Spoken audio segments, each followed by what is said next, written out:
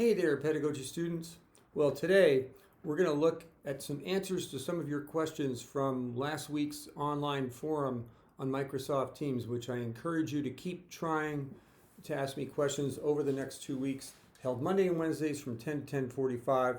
I'm there for you on that Microsoft Teams meeting. So, what I wanted to cover today was just dealing with some of those questions and observations that you had. So first off, I have a piece of equipment here. Basically, it's a running sleeve. I actually train for marathons, and I use these running sleeves to keep my forearms warm when I'm running out in weather that's like 40 degrees. Well, it's perfect for this demonstration I'm going to show you today when you play a scale or have to move your arm or your elbow on the side of the guitar. It makes it much more comfortable. So when you're moving up and down like that, your elbow can move more freely. So you can cut out an old sock. Maybe you have a running sleeve of your own, or you can even make your own fancy version of it. But it really does help when you're playing the guitar to have a sleeve on the right arm that's longer in case you have short sleeves. So a couple of those questions or observations. First off, there was one observation about the use of the ukulele instead of the guitar for young kids, which I thought was a great idea that I'm going to try to approach when I teach this course next. Unfortunately, my ukulele is at school and it's under quarantine, and it's very difficult for me to get that ukulele. The tuning of the ukulele is a little bit easier. It's, of course, only 4 strings, and it's a lot easier for kids to press down. So anyway, learning the ukulele is not that difficult. I'm sure you can all adjust to it, but it's a great idea that kids would use that. Some other questions and observations were how to make bar chords easier, and I'll show you a little trick to that, which also includes power chords. So just to kind of get rid of some of the funk around the peskiness of playing bar chords, I'm going to show you some tricks. But before we do that, I want to look at the pentatonic scale again in regards to using hammer-ons and pull-offs. So page 96 starts the litany on the pentatonic scale. So just to review, the pentatonic scale is a movable scale form, much like we did with the chromatic scale, but the difference is we're not playing the open strings. So in the case of the chromatic scale, you might remember we started on an open string and then continued to use them. Well, in the pentatonic scale, it's in 5th position. It's very easy to learn. If you just follow the numbers from the 6th string or the tablature on page 96, you'll see it's like this: 1, 4, 1, 3, 1, 3, 1, 3, 1, 4, 1, 4. So if I play it up and down using that formula, if I go down the other direction starting on the top note, and you might have noticed that I'm using up and down and upstroke starting with the downstroke. Something like that. So in this scale, you can use it for so many things. Let's say you were having a blues jam in the key of A major, and somebody was playing this in the back like a Chicago blues, which is minimally harder to do. This is minimally harder to do than, sorry, I'm having problems with my screen saver, than using that power chord situation. So if you were going to play a pentatonic scale, listen to what you can do with just a few notes. So Jimmy Page used it like this, and he made it a little fancier by going. So once you learn the notes on the pentatonic scale, you can make your own little variations on it.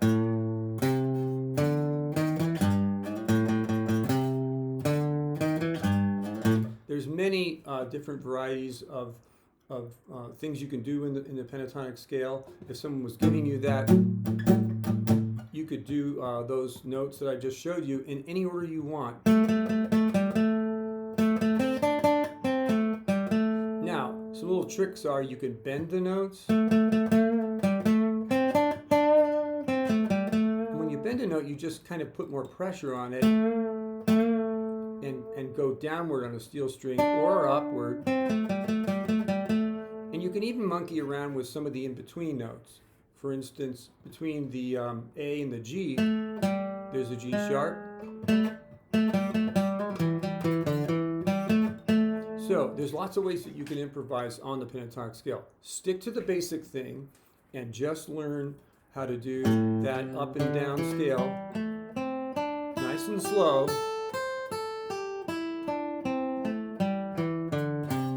The hammer-on is simple to operate. What you do is you take your first finger, and instead of playing the fourth note, just to review, you kind of move it by itself. And as I was teaching on the session the other day, it was just a question of getting enough pressure on the landing to get the note to come out. So when you're doing hammer-ons, they might not sound that great at first. You might not get anything. Like you might go, and you might get nothing. Well, if you hit it right, the way I describe it is you hold it like with your finger, and you just let it like slam onto the fingerboard, and you'll get the sound of the note that you would normally play. So that's why they call it hammer-on. So if I do a few hammer-ons in a row slowly, those are all hammered on the second note. And you might miss one or two. As you can tell, I missed one. And you just kind of keep trying it. Okay? Try to keep them even. And then on the way down, the pull-off is a little different technique. You actually play the first note, and you have this note down first. It will not work unless you have the second note behind it down firmly, and you just pluck the note with the left hand. On the second string, it's a little different because you have this first string in the way, but if you pull it down and you're on the tip of the finger, you'll get a sound.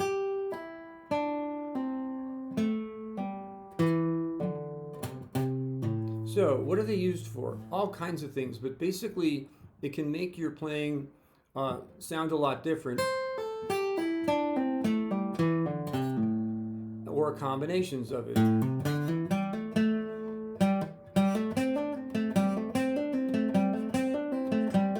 So what I was doing there is I was using only hammer-ons in combination of pull-offs. So it's a very valuable technique to learn, and you can do it all over the fingerboard. So if you were playing with a group that was in G instead of A, you would simply move down 2 half steps or 2 frets to the G position and play it there.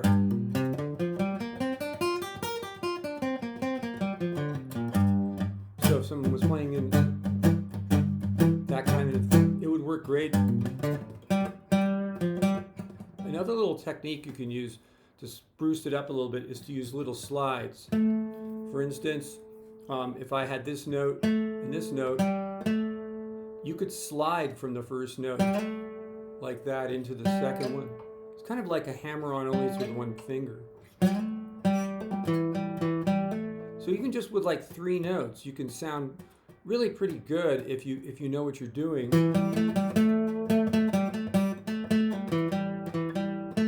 Just by using a little vibrato and a slide.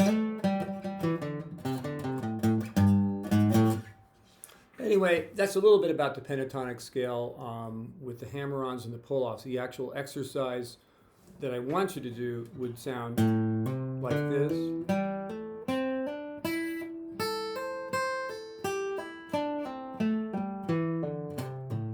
Okay, and you can do any speed you want. Nice and slow is actually harder to do. So, moving on to another question. If we go to page 80, which is at the end of chapter 6, we're working on a couple of the power chord ideas that actually, really with a power chord, let's say I went, if I had that. So some of you were asking me about the power chord choices in the song. It really doesn't matter which song you do. If you did this one, it's fine. The one at the bottom, You Really Got Me, which is the easiest one. But I'm going to show you a trick. Instead of using 3 fingers, it sounds almost as good if you only use 2 fingers. So if you don't use the pinky and you just take the pinky off, these 2 fingers make an easier approach.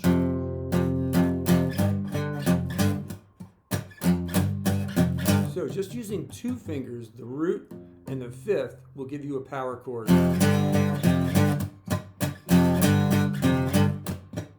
All right, so in same fashion, you can do it with any of the progressions that are listed, including if we go back to page 70, 71, where it has the All Along the Watchtower progression. If you might remember, it was C minor, B flat, A flat, back to B flat. Well, let's try using that power chord technique I just showed you with only 2 fingers.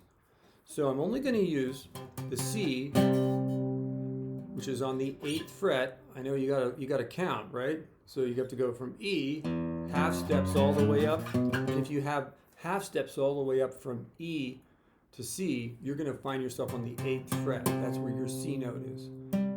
And then this 3rd finger right in line with it on the 2nd, 2 frets away on the string down will give you that 5th.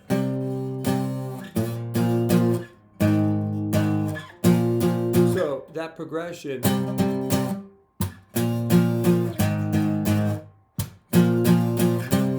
almost sounds the same. So any chord that you use in an E position, remember these are all based on the E chord, that you put in a chord position like that, a power chord position, you're moving it around on the 6th string. Any of those will work with that, and so will they work on the chords on the A position. So you have an A chord, and you move that up to say, to this, you can also get a C chord here on the 3rd fret of the 5th string. So that's the same as this one on the 8th. Get it? 3rd fret on the 5th is equal to the 8th fret of the 6th string. So the reason you do it here is that I run out of room.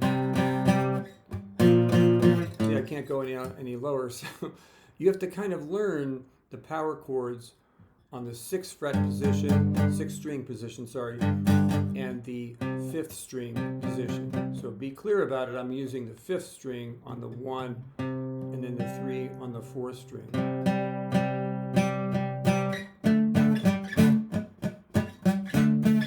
So really, any of the chord progressions that we looked at before, you could only use the 2 fingers and it would be just fine. Here's another one on page 72.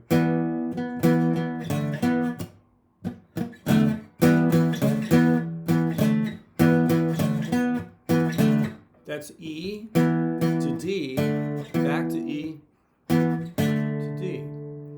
So any of the other chords that we did, you can use the same exact thing with just 2 fingers.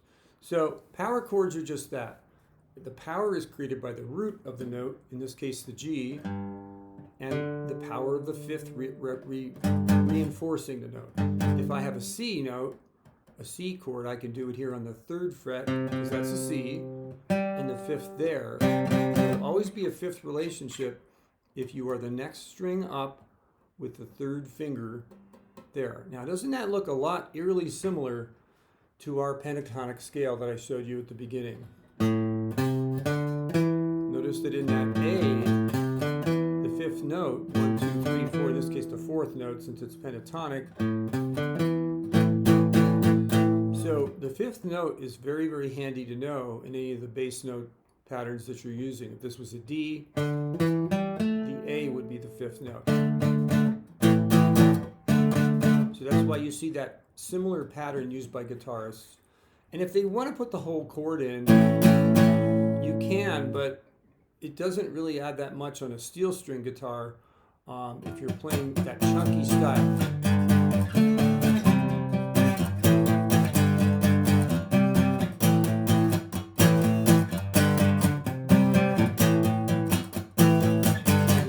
called Hello, I Love You. They just went A to G.